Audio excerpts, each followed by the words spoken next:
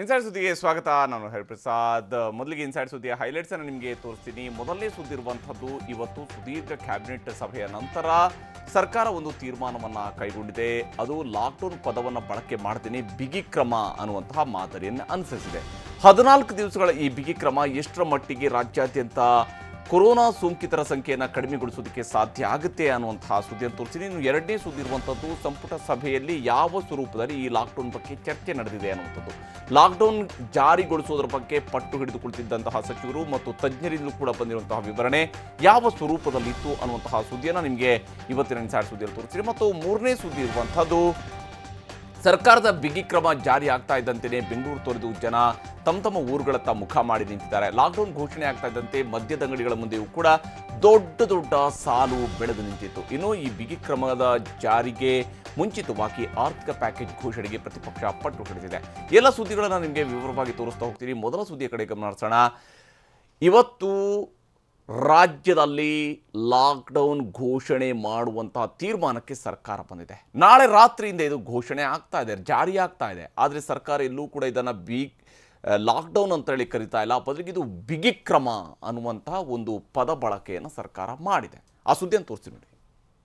ದಿನದಿಂದ ದಿನಕ್ಕೆ ಏರಿಕೆಯಾದ ಕೊರೋನಾ ಸೋಂಕಿತರು ನೋಡುತ್ತಿದ್ದಂತೆ 10,000, 20,000, 30,000ಕ್ಕೆ ಜಿಗಿದ ಸೋಂಕಿತರ ಸಂಖ್ಯೆ.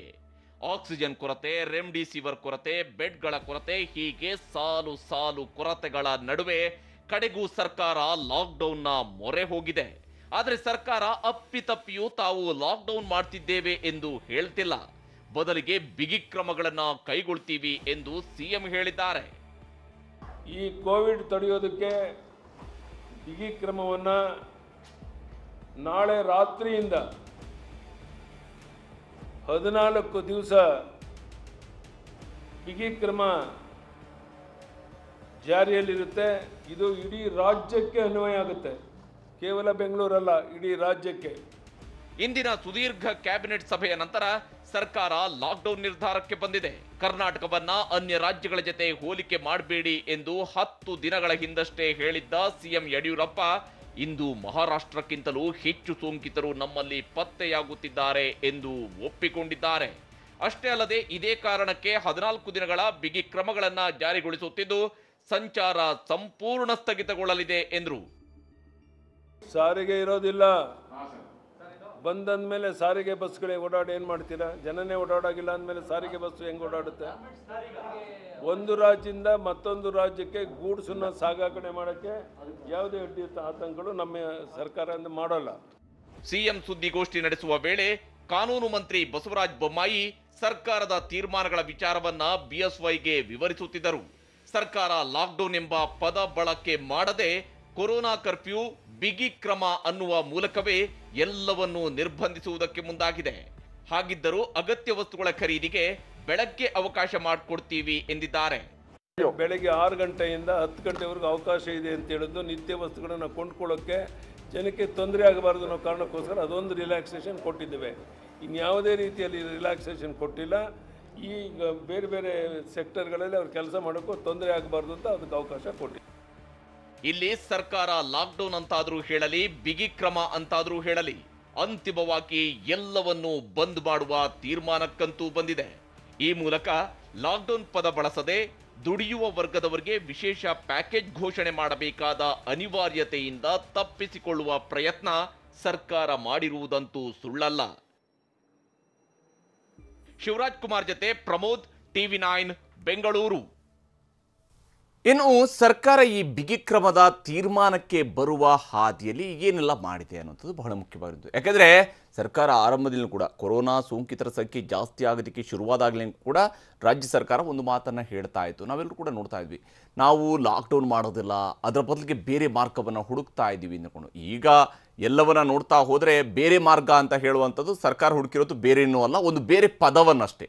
ಲಾಕ್ಡೌನ್ ಅನ್ನುವಂತಹ ಪದದ ಬದಲಿಗೆ ಸರ್ಕಾರ ಹೊಸದಾಗಿ ಲಾಕ್ಡೌನ್ ಪದವನ್ನು ಬಳಕೆ ಮಾಡಿದ್ರೆ ಬಿಗಿ ಕ್ರಮ ಅನ್ನುವಂಥ ಪದವನ್ನು ಬಳಕೆ ಮಾಡಿದರೆ ಅವರಲ್ಲಿ ಪಕ್ಕದಲ್ಲಿ ಮುಖ್ಯಮಂತ್ರಿಯವರ ಪಕ್ಕದಲ್ಲಿ ಕುಳಿತಿದ್ದಂಥ ಇನ್ನೊಬ್ಬರು ಸಚಿವರು ಹೇಳ್ತಾ ಇದ್ರು ಇದು ಕೊರೋನಾ ಕರ್ಫ್ಯೂ ಅಂತ ಹೇಳಿ ಇದನ್ನು ಅಂತೇಳಿ. ಹಾಗೆ ಇದನ್ನು ಕೊರೋನಾ ಕರ್ಫ್ಯೂ ಅಂತ ಹೇಳುವಂಥದ್ದು, ಬಿಗಿ ಕ್ರಮ ಅಂತ ಹೇಳುವಂಥದ್ದು, ಈ ಮೂಲಕವಾಗಿ ಈ ಎಲ್ಲ ನಿರ್ಧಾರ ಬಂದಿದೆ. ಅದೇ ಈ ನಿರ್ಧಾರ ಕೈಗೊಳ್ಳೋದಕ್ಕಿಂತ ಮುಂಚಿತವಾಗಿ ಇವತ್ತು ಸುದೀರ್ಘ ಕ್ಯಾಬಿನೆಟ್ ಸಭೆ ನಡೆದಿದೆ. ಸಚಿವ ಸಂಪುಟದ ಮುಂದೆ 3 ಗಂಟೆಗಳ ಕಾಲ ಲಾಕ್ಡೌನ್ ಬೇಕಾ ಬೇಡವಾ, ಹೇಗೆ ಮಾಡಬೇಕು, ಏನು ಮಾಡಬೇಕು, ಬಿಗಿ ಕ್ರಮ ಅಂದರೆ ಹೇಗಿರಬೇಕು, ಎಲ್ಲದರ ಬಗ್ಗೆ ಕೂಡ ಚರ್ಚೆ ನಡೆದಿದೆ.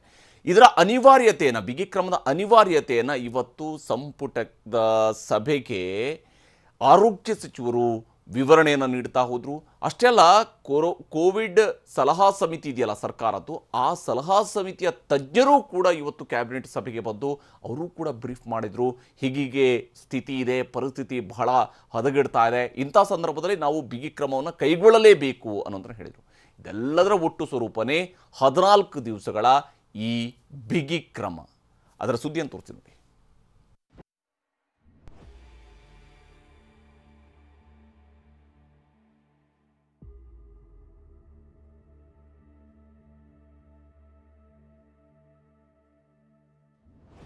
ಸರ್ಕಾರ ಬಿಗಿ ಕ್ರಮದ ಹೆಸರಲ್ಲಿ ಲಾಕ್ಡೌನ್ ಜಾರಿಗೊಳಿಸುತ್ತಿದೆ. ಇಂದು ಕ್ಯಾಬಿನೆಟ್ ಸಭೆಗೂ ಮುಂಚಿತವಾಗಿಯೇ ಸರ್ಕಾರ ವೀಕೆಂಡ್ ಮಾದರಿಯ ಕರ್ಫ್ಯೂ ಮುಂದುವರಿಸುವ ಮುನ್ಸೂಚನೆ ನೀಡಿತ್ತು. ಸುದೀರ್ಘ 3 ಗಂಟೆಗಳ ಕಾಲ ನಡೆದ ಕ್ಯಾಬಿನೆಟ್ ಸಭೆಯಲ್ಲಿ ಅಂತಿಮವಾಗಿ ನಾಳೆ ರಾತ್ರಿಯಿಂದ ಲಾಕ್ಡೌನ್ ಜಾರಿಗೊಳಿಸುವ ತೀರ್ಮಾನಕ್ಕೆ ಬಂದಿದೆ.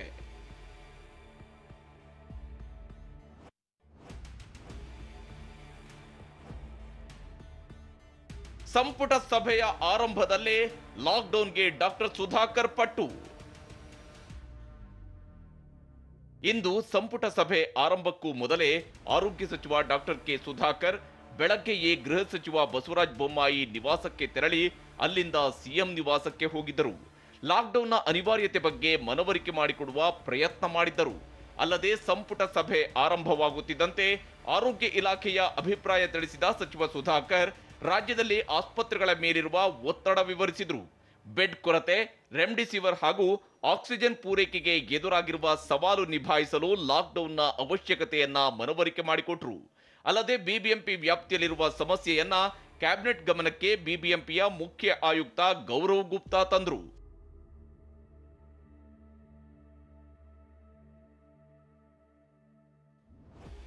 ಕೋವಿಡ್-19 ತಾಂತ್ರಿಕ ಸಲಹಾ ಸಮಿತಿ ಸದಸ್ಯರನ್ನ ಕರೆಸಿಕೊಂಡ ಕ್ಯಾಬಿನೆಟ್. ಸಂಪುಟ ಸಭೆ ನಡೆಯುತ್ತಿದ್ದ ವಿಧಾನಸೌಧದ ಕಾನ್ಫರೆನ್ಸ್ ಹಾಲ್ಗೆ ಕೋವಿಡ್-19 ತಾಂತ್ರಿಕ ಸಲಹಾ ಸಮಿತಿ ಸದಸ್ಯರನ್ನು ಇಂದು ಕರೆಸಿಕೊಳ್ಳಲಾಗಿತ್ತು. ರಾಜ್ಯದಲ್ಲಿ ಲಾಕ್ಡೌನ್ ಜಾರಿಗೊಳಿಸಬೇಕಾದ ಅನಿವಾರ್ಯತೆ ವಿವರಿಸಿದ್ದ ಸುಧಾಕರ್ ನಂತರ ತಾಂತ್ರಿಕ ಸಮಿತಿ ಸದಸ್ಯರಿಂದಲೇ ಕ್ಯಾಬಿನೆಟ್ಗೆ ಮಾಹಿತಿ ಕೊಡಿಸಿದ್ರು. ರಾಜ್ಯದಲ್ಲಿ ಈಗಿರುವ ಸ್ಥಿತಿಯಲ್ಲಿ 14 ದಿನಗಳ ಕಾಲ ಲಾಕ್ಡೌನ್ ಮಾಡುವುದೇ ಸೂಕ್ತ ಎಂಬ ಅಭಿಪ್ರಾಯವನ್ನ ತಜ್ಞರ ಸಮಿತಿ ನೀಡಿದೆ.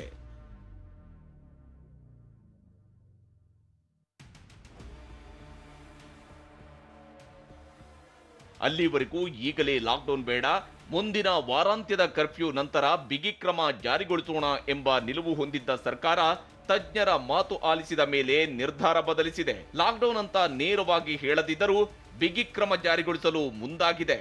ಏನೇ ಆದರೂ ಈಗ ಜನರು ಕಠಿಣ ನಿಯಮಗಳನ್ನ ಪಾಲನೆ ಮಾಡಿದ್ರೆ ಕೊರೋನಾ 2ನೇ ಅಲೆಯ ಹೊಡೆತದಿಂದ ಬೇಗನೆ ತಪ್ಪಿಸಿಕೊಳ್ಳಲು ಸಾಧ್ಯವಿದೆ. ಪ್ರಮೋದ್ ಜತೆ ಶಿವರಾಜ್, ಟಿವಿ9 ಬೆಂಗಳೂರು.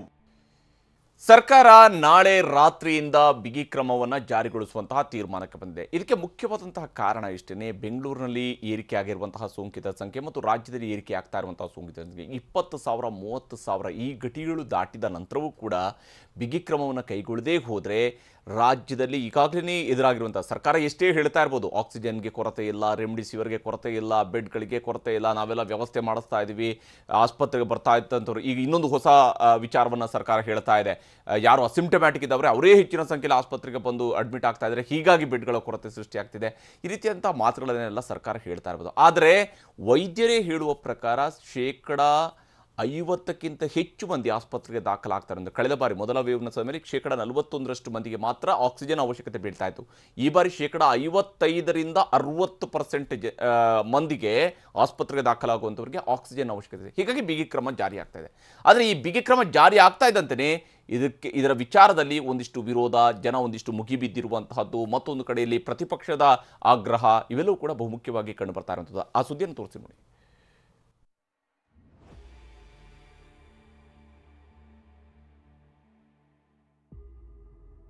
ಕೊರೋನಾ ನಿಯಂತ್ರಣಕ್ಕೆ ಸರ್ಕಾರ ಬಿಗಿ ಕ್ರಮ ಕೈಗೊಳ್ಳುತ್ತಲೇ ಬೆಂಗಳೂರು ತೊರೆದು ಊರುಗಳಿಗೆ ಹಲವರು ತೆರಳುತ್ತಿದ್ದಾರೆ. ನಾಳೆ ರಾತ್ರಿಯಿಂದ ಸಂಚಾರ ವ್ಯವಸ್ಥೆ ಸ್ಥಗಿತಗೊಳಿಸಲು ಸರ್ಕಾರ ತೀರ್ಮಾನ ಕೈಗೊಂಡಿರುವುದರಿಂದ ತಮ್ಮೂರುಗಳಿಗೆ ತೆರಳಲು ಜನ ಬಸ್ ನಿಲ್ದಾಣಗಳಿಗೆ ಧಾವಿಸಿದರು. ಸಿಕ್ಕ ಬಸ್ ಹತ್ತಿ ಊರುಗಳತ್ತ ಮುಖ ಮಾಡಿದ್ದಾರೆ.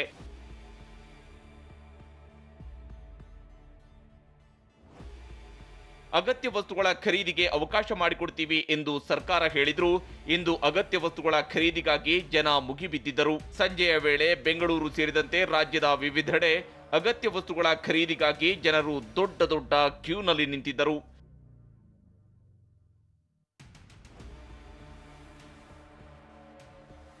ಮತ್ತೊಂದೆಡೆ ಸರ್ಕಾರ ಬಿಗಿ ಕ್ರಮ ಜಾರಿಗೊಳಿಸುವ ಸಂದರ್ಭದಲ್ಲಿ ಮದ್ಯ ಪಾರ್ಸಲ್ ತೆಗೆದುಕೊಳ್ಳುವುದಕ್ಕೆ ಅವಕಾಶ ಕೊಟ್ಟಿದೆ. ಹಾಗಿದ್ದರೂ ಮದ್ಯಪ್ರಿಯರ ಟೆನ್ಷನ್ ಹೇಳತೀರದಾಗಿದೆ. ಸರ್ಕಾರದ ಲಾಕ್ಡೌನ್ ಘೋಷಣೆಯಾಗುತ್ತಿದ್ದಂತೆ ಮದ್ಯದಂಗಡಿಗಳ ಮುಂದೆ ದೊಡ್ಡ ಸಾಲುಗಳಲ್ಲಿ ನಿಂತು ತಮಗಿಷ್ಟವಾದ ಬ್ರ್ಯಾಂಡ್ನ ಮದ್ಯ ಖರೀದಿಯಲ್ಲಿ ಬ್ಯುಸಿಯಾಗಿದ್ದರು.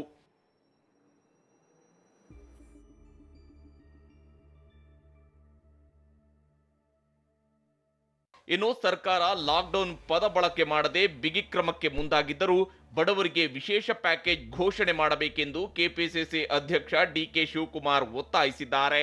ಸರ್ಕಾರ ಸೋಂಕಿತರ ಬಗ್ಗೆಯೂ ಸರಿಯಾದ ಲೆಕ್ಕ ಕೊಡ್ತಿಲ್ಲ. ಆದರೆ ಮೊದಲು ಜನರಿಗೆ ಆರ್ಥಿಕ ಪ್ಯಾಕೇಜ್ ಘೋಷಿಸಬೇಕು ಎಂದು ಆಗ್ರಹಿಸಿದ್ದಾರೆ. The first demand is, first you weigh off all the commercial property taxes. ನಮ್ಮ ಎರಡನೇದು ಎಲ್ಲ ಲೋನ್ಸ್ ಮಾರ್ಡೌನ್ ಪೀರಿಯಡ್ನ 2 ವರ್ಷಗಳ ಕಾಲ ಮುಂದಕ್ಕೆ ಹಾಕಬೇಕು. ಮೂರನೇದು ಎಲ್ಲ ಈ ಟೈಮ್ನಲ್ಲಿ ರಾಜ್ಯ ಸರ್ಕಾರ, ಈಗ ಬೇರೆ ರೈತರಿಗೆಲ್ಲ ನಾವು ಟ್ಯಾಕ್ಸ್ ಮನ್ನಾ ಮಾಡಿದ್ದೀವಿ, ಇದನ್ನ ಸಾಲಗಳು ಮನ್ನಾ ಮಾಡಿದ್ದೀವಿ. ಹಂಗೆ ಒಂದು ಲಿಮಿಟಲ್ಲಿ ನೀವು ಸಾಲ ಮಾಡೋಕ್ಕೆ ನಿಮಗೆ ಅವಕಾಶ ಇಲ್ಲ, ನನಗೆ ಗೊತ್ತಿದೆ. ಆದರೆ ಒಂದು ಮೀಟಿಂಗ್ ಕರೆದು ಸರ್ಕಾರದಲ್ಲಿ ನೀವು ಬಡ್ಡಿಯಾರು ಕೂಡ ನೀವು ಕಟ್ಟಿಕೊಡುವಂತ ಕೆಲಸ ಮಾಡಿ. ಸರ್ಕಾರದ ಬಿಗಿ ಕ್ರಮ ಹಲವರ ಪಾಲಿಗೆ ಬಿಸಿ ತುಪ್ಪವಾಗಿ ಪರಿಣಮಿಸಿದೆ. ಆದರೆ ರಾಜ್ಯ ಸರ್ಕಾರ ಮಾತ್ರ ಲಾಕ್ಡೌನ್ನಿಂದ ಹೊಡೆತ ತಿನ್ನುವವರಿಗೆ ಇದು ಕೇವಲ 14 ದಿನಗಳ ಅನಿವಾರ್ಯತೆ ಎಂಬ ಸಮಜಾಯಿಷಿ ನೀಡುತ್ತಿದೆ. ಹಾಗಿದ್ದರೂ ಲಾಕ್ಡೌನ್ ವಿಸ್ತರಣೆಯ ಆಯ್ಕೆಯನ್ನ ಮುಕ್ತವಾಗಿ ಇಟ್ಟುಕೊಂಡಿರುವ ಸರ್ಕಾರ ಮುಂದೇನು ಮಾಡುತ್ತೆ ಎಂದು ನೋಡಬೇಕಿದೆ. Bureau report, TV9.